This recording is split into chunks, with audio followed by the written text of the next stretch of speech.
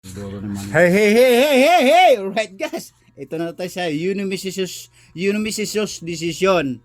So, tingnan mo, kakain po tayo. Oh, ito yung rice namin, binawasan ko na, kakain sana. Naisipan kong i-content para makita, isusyo ko sa inyo yung ulam ngayong araw at pagkain ngayong araw. Ito yung rice, dinurado, 65 isang kilo. Lagitan. Nakakain kahit walang ulam. Alright, ito naman ang ulam namin guys. Ito yung beef elephant from Indonesia. Oh, yan yon. Tapos ito, langgonisa from London. Alright, natatawa ka pa yan, no? Tapos, mayroon kaming half cook na mula sa puso ni Esperanza and egg. Nilaga. Alright. Okay pa. So, alright. Again, may extra pa kami guys. Oh.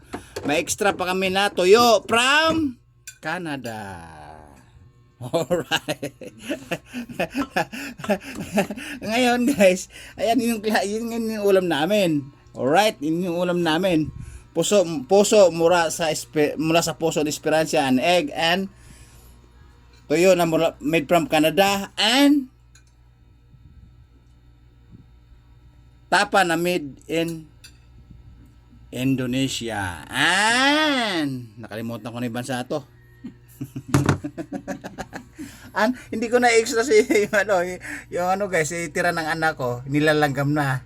Outside the kilamo na yan, hindi natin isasali sa content yan. Alright? Kasi guys, may ayusin na naman tayo items.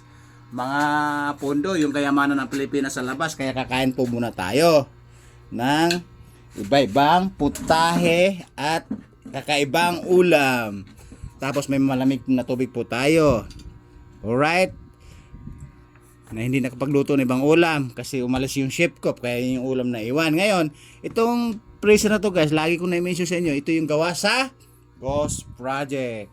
At may freezer kami na gawa sa pork barrel. Alright, okay? Nako po. Sarap naman. Sarap naman pag kumain pag gutom, di ba? Sarap ng kanin namin, guys.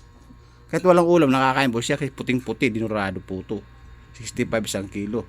Kaya lang, ochang. Ochang. Installment. Ayun guys, oh. Maniniwala kayo, ayun, oh. Ayun, isang sako, ayun, oh.